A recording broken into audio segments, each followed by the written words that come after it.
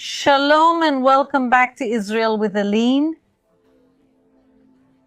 Behind this wall is Mount Moriah, where the Temple of Jerusalem and the Ark of the Covenant were located. And inside the Temple Mount are some of the most important archaeological findings connected to the Bible. Perhaps the Ark of the Covenant itself is still here. However, for centuries, access to this place has been completely forbidden. And today, we also won't be able to enter the interior of the Temple Mount. But we will go to a secret archaeological laboratory that keeps objects that were illegally taken from inside the Temple Mount. We will have exclusive access to see objects from the Temple of Jerusalem itself, some even connected to the story of Jesus. We are really going to have an amazing day of archaeology. So if you are ready, let's get started.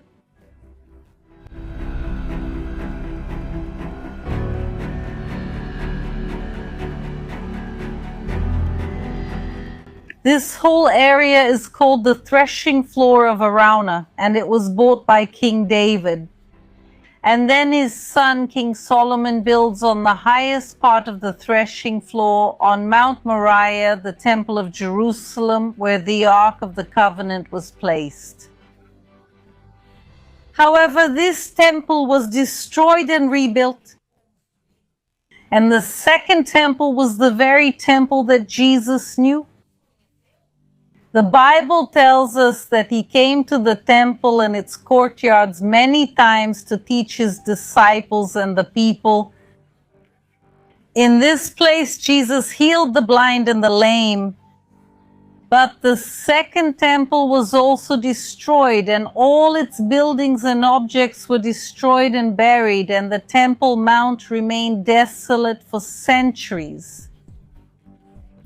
Until in the 7th century, in the year 638 after Christ, the Muslims conquered the land of Israel for the first time. And they conquered the Temple Mount and on it built the Al-Aqsa Mosque and the Dome of the Rock. And these places have limited access for Jews and Christians, but that's not the hardest part. The underground part, which still exists, is off limits to everyone, and especially to archaeologists. I mean, there's a gigantic archaeological treasure here. A large part of Israel's population believes that the Ark of the Covenant is right in this underground area. However, we have no way to get there, we can't access it. And that's why these biblical finds are at the same time so close to us yet so far away.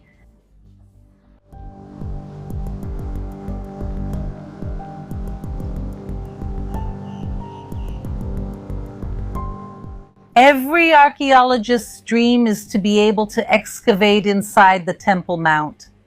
But as we mentioned, this is completely forbidden.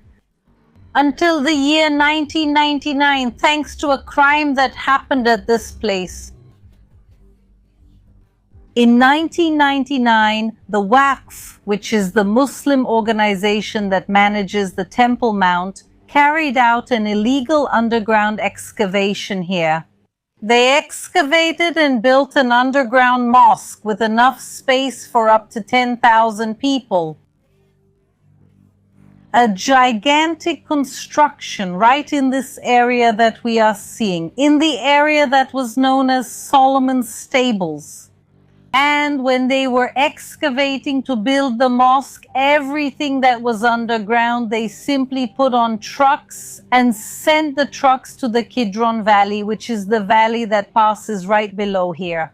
And they simply discarded 9,000 tons of earth from the Temple Mount along with archaeological findings.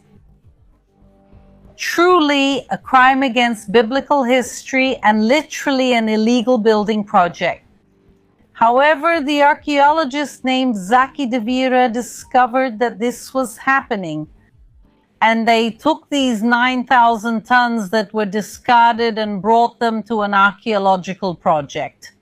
The sifting project that we've already shown here on the channel. And in this project, they sift and separate the soil and stones from the Temple Mount for archaeology.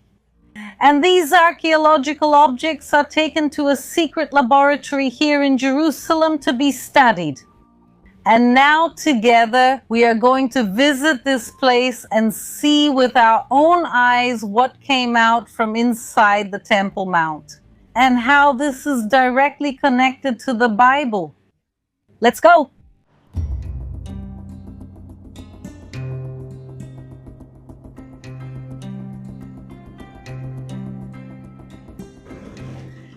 We finally arrived at the laboratories. We're still in Jerusalem, but right now we're at a secret location.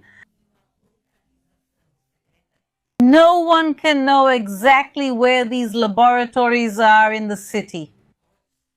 Because here, some of the most important archaeological findings of Israel, and maybe even of the world, are literally kept and being researched.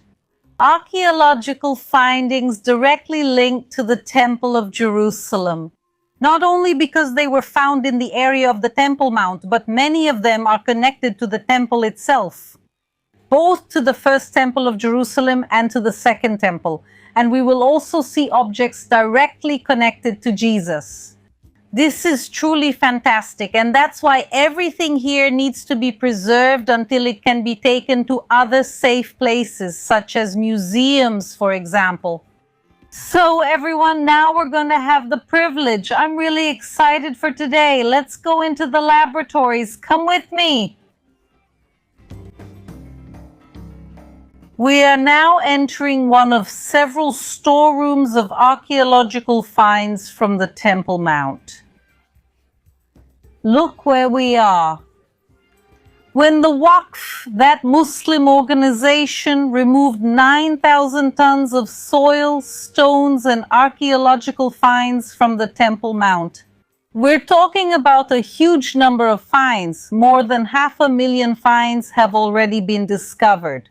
Among them, more than 100,000 finds are considered especially important by archaeologists. So, when they removed all that soil from the Temple Mount, it was taken to the sifting project. And the first step, which we've already shown here in the past on the channel, is the sifting process, which separates on one side the soil and dust from the Temple Mount. On the other side, there are the archaeological finds, which are divided into categories, and these categories are brought to the storage rooms. Take a look at this. This whole area we're in is full of archaeological bone finds. Look at this. Boxes and boxes and boxes, just in this bone storage room. And the question is, why were there so many bones on the Temple Mount? And that could be for several reasons. It could be a meal that someone ate on the Temple Mount in ancient times, but they could also be bones of animals sacrificed at the temple. And to determine what kinds of animals they were and what happened to them, why were these bones on the Temple Mount? Exactly, it needs to be analyzed. If the animal was raw, if it was cooked, if it was burned, the way it was slaughtered. Also, what kind of animal was it? Because we know that not all animals could be sacrificed in the temple. Mainly kosher animals were sacrificed. According to the purity laws of the Old Testament, and the practice of sacrifice was something very common in biblical times. Even with the family of Jesus. If we read the Bible, we remember how Mary, the mother of Jesus, took him in her arms to the Jerusalem temple when he was just a few weeks old. And she goes to the temple and sacrifices two turtle doves.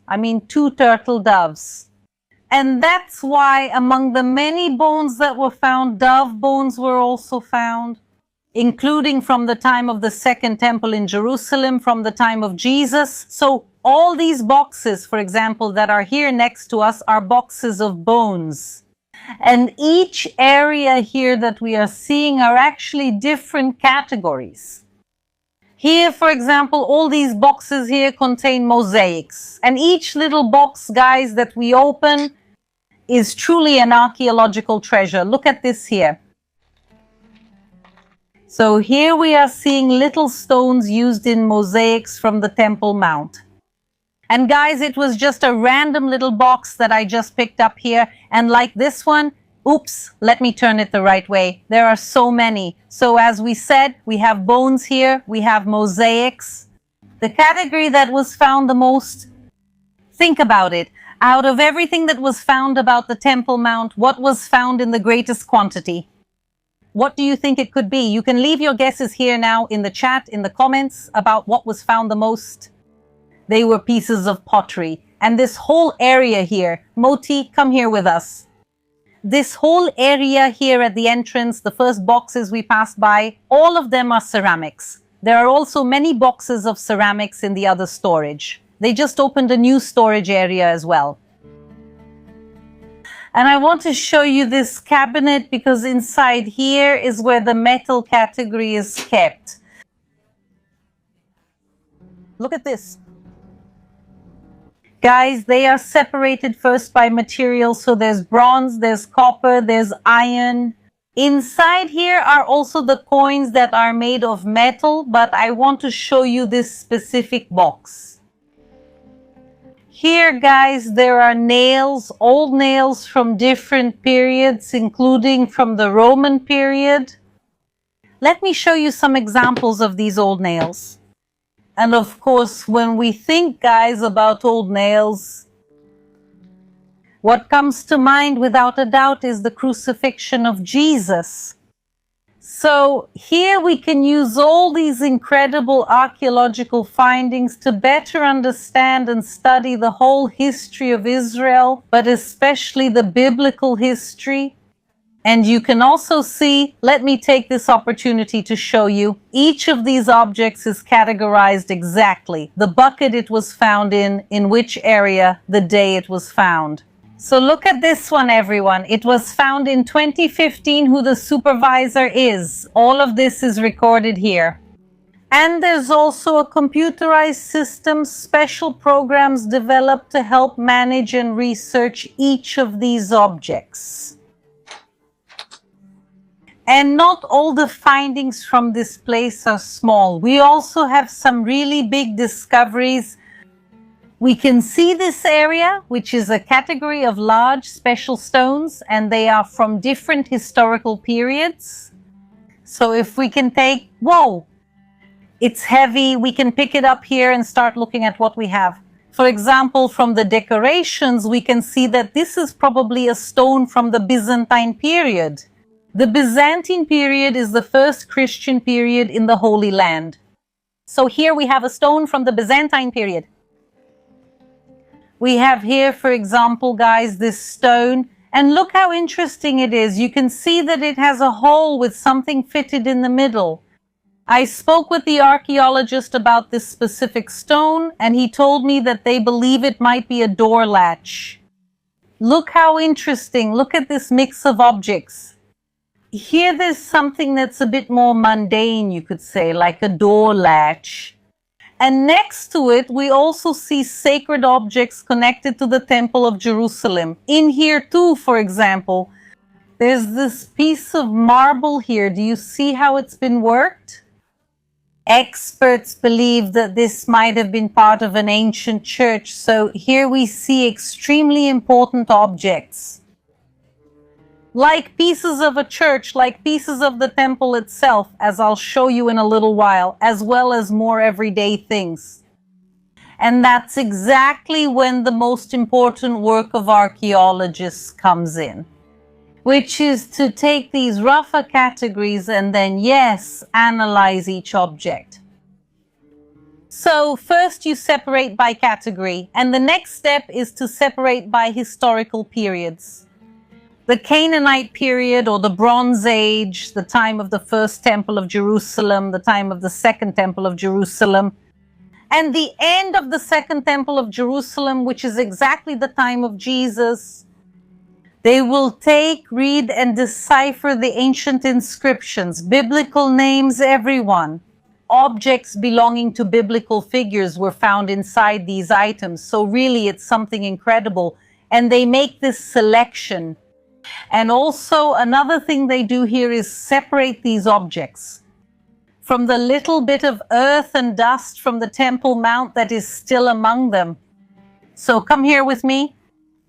You can see, for example, here, look, that the soil, look, let me show you. This here is literally soil from the Temple Mount. And you can see that its color, guys, is different. For those who have already been here in Jerusalem, you know that this isn't the color of the ground. This is much grayer than the soil in Jerusalem. And that's exactly because this soil is mixed with ashes. Because the first and second temples of Jerusalem were burned down. And Jesus himself talks about this. Jesus predicts the destruction of the second temple of Jerusalem. He says, not one stone will be left upon another. And that's exactly what we're seeing. Not one stone was left upon another, but in these destroyed stones lies archaeology, which is now being studied and analyzed, and truly gaining a new understanding of biblical history. And that's why we can look at this soil and see here the fulfillment of Jesus's prophecy. Literally, this ash is what Jesus spoke about. And that's why you can see that in many of the videos, I even wear this little chain.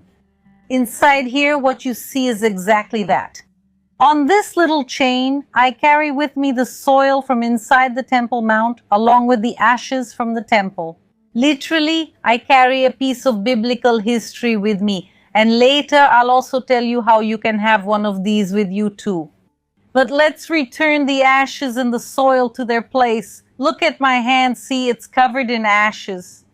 But now we really have to go to the laboratory to see how all of this is studied and worked on. Let's go.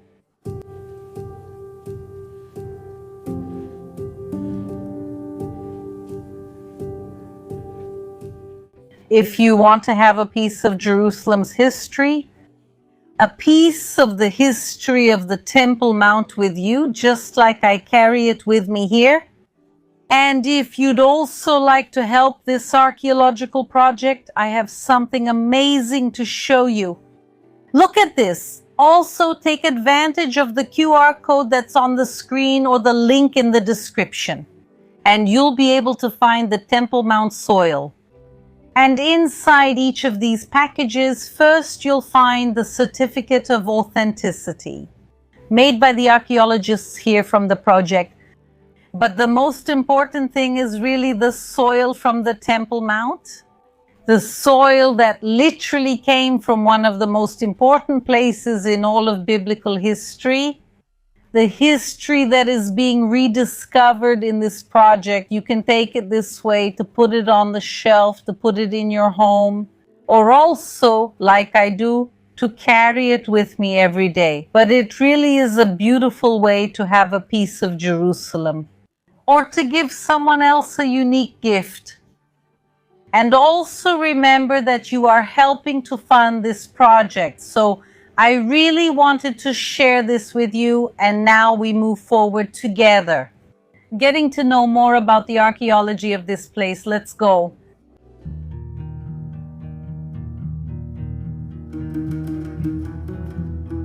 We're entering the laboratory, and this is where the real work happens. Because they take the hundreds of thousands of finds, fragments of finds, and start to decipher them and understand what they were, what period they came from, and who used them, and what their biblical connections are. It's like putting together a puzzle with millions of pieces in which many pieces are missing. But they are really doing an amazing job and bringing history back to light. I want to show you an example here of something fascinating that they managed to do. Look at this. They found several stone fragments in different colors and cut into different shapes. But all these stones are from the time of the Second Temple in Jerusalem, more specifically from the time of King Herod. And what the archaeologists realized with the help of writings like the books of Flavius Josephus is that these stones fit together and they form these patterns. Guys, this is nothing more and nothing less than the floors of the Temple of Jerusalem. Yes, the courtyards of the Temple of Jerusalem. The floor wasn't white like we see today. It was actually covered with what appeared to be colorful tiles. And this is extremely important. We know that Jesus walked through the Temple of Jerusalem since he was 12 years old, and especially during his ministry. For example, in his last week of life, in his last week in Jerusalem, it is written that he went to the Temple of Jerusalem every day to teach. Also, for example, at Solomon's portico. And Solomon's portico and the courtyards, these were their floors, both this one and that one. So there is a real chance that Jesus walked on these stones. And if it wasn't exactly on these, it was on stones just like them. Literally, they sifted through these pieces and managed to put together these puzzles. And that's why nowadays we have reconstructed parts of the temple floor.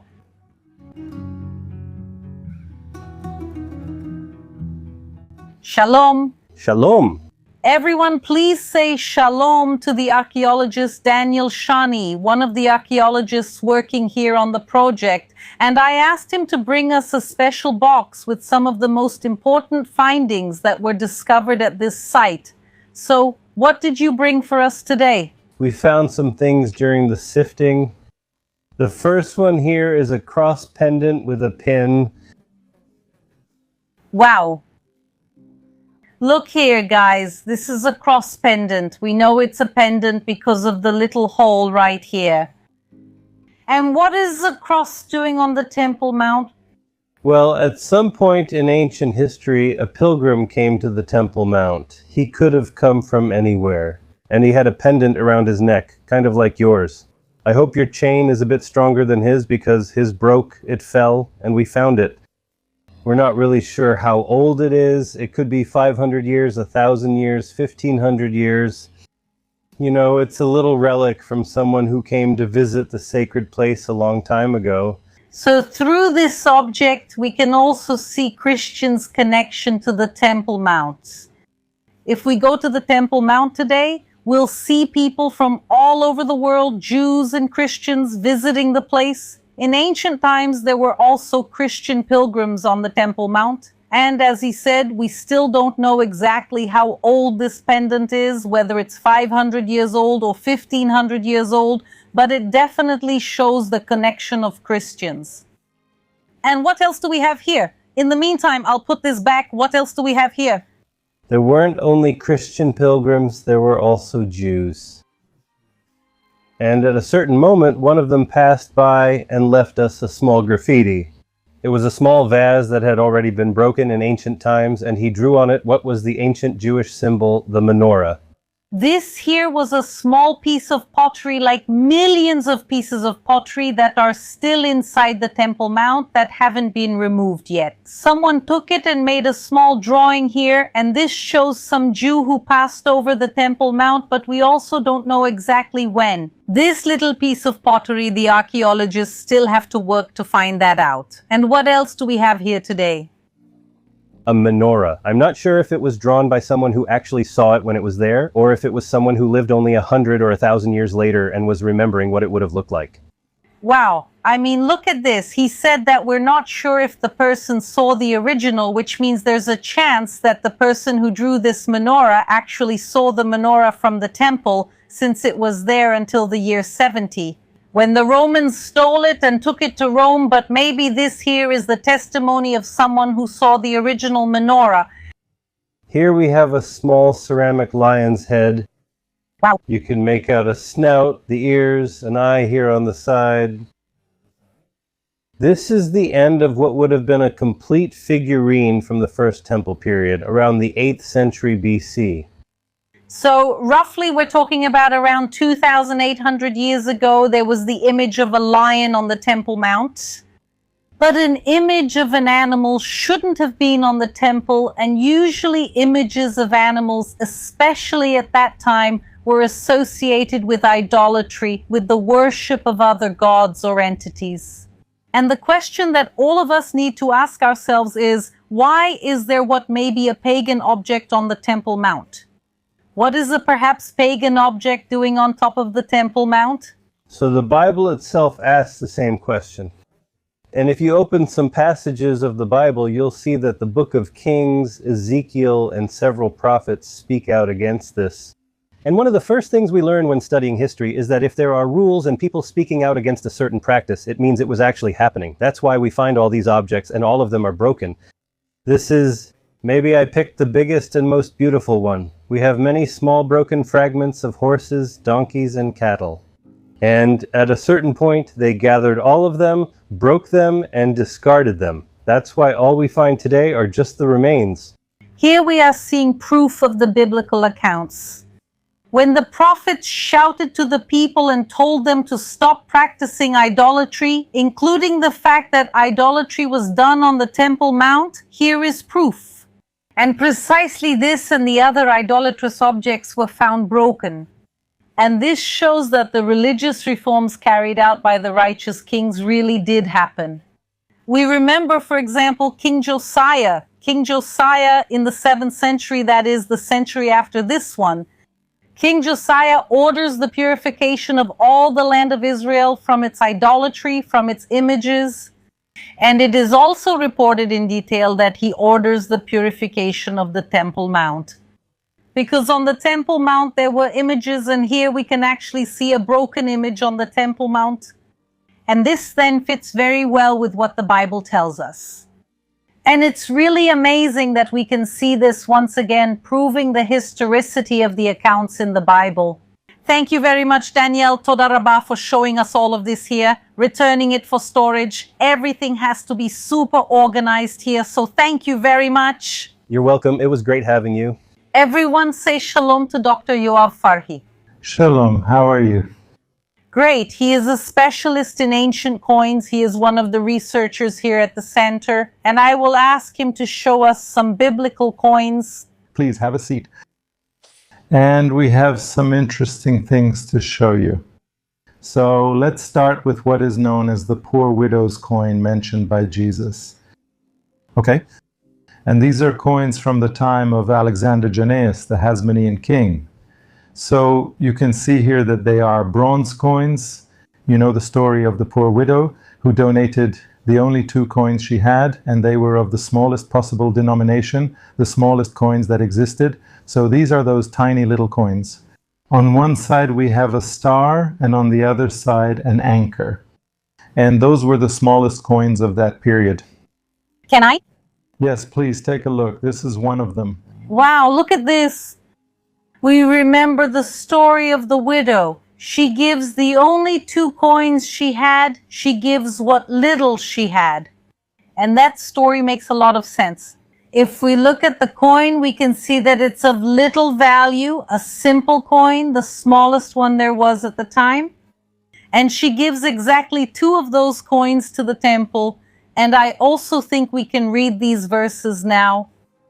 Jesus sat down in front of the place where the contributions were being placed and watched the crowd putting money into the offering boxes.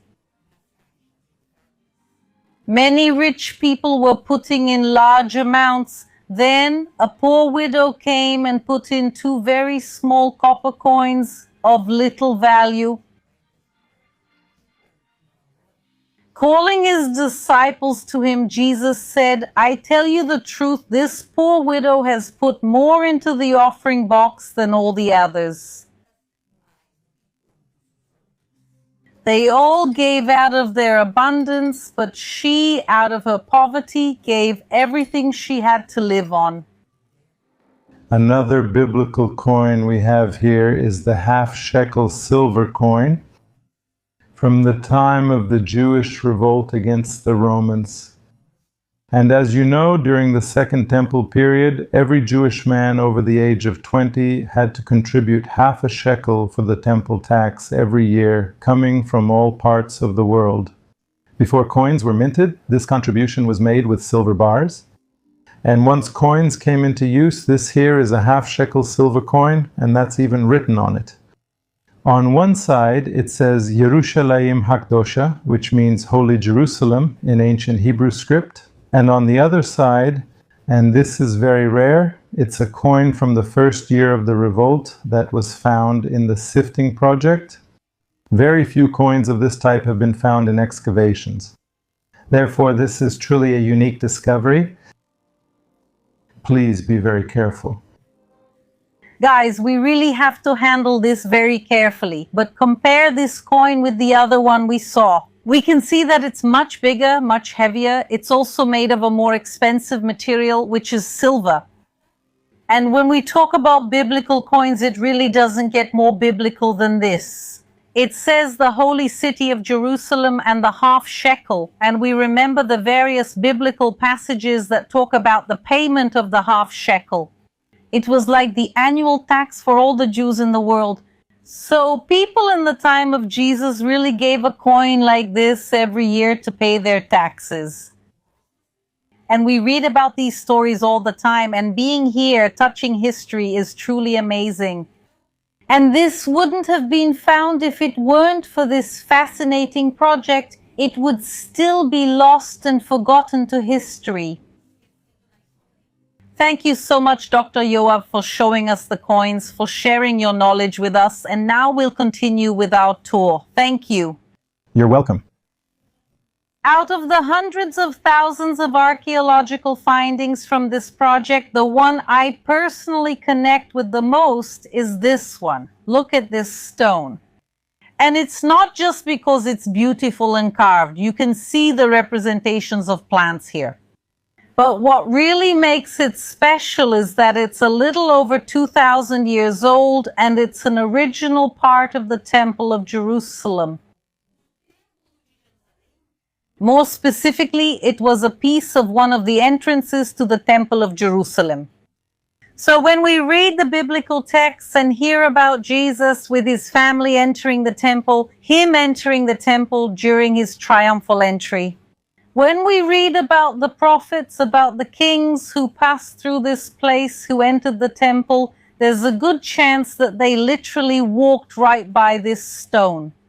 This stone is a testimony to Jerusalem at its peak, Jerusalem from the 1st century. And really, we are seeing something very important here. Because after all, there is no shortage of people trying to erase Israel from the map. There are people who fight to physically destroy Israel, and we've seen that in the wars of recent years. But these people try not only to physically destroy Israel, but part of this fight against Israel is to erase the history of Israel, especially the history of the Temple Mount. With people saying absurd things like that the Temple of Jerusalem never existed, or that it wasn't on the Temple Mount. People saying that King David, that King Solomon never existed, doubting the historicity of Israel and the Bible. And so for all those who doubt, look at this. There is extensive archaeological research to prove the history. This stone is part of our history, and no one will ever be able to erase it, even though so many have tried. Even the Waqf, when they threw away all that earth with archaeological findings. Their goal was clear, but we are here to tell our story. And this stone also connects me to a Bible verse, Psalm 102, in which it is written, "Your servants cherish even her stones and have compassion on her dust." And that's what we see with biblical archaeology. We love the stones not because we worship the stones themselves, but because of the history of these stones. Because these stones remind us of our historical connection with God and with the land of Israel. And the dust literally that we carry with us to this day So this project for me has a very special place in my heart. And I want to thank all of you who watched today, and you can also leave in the comments which of the findings you like the most, and I'll see you next week.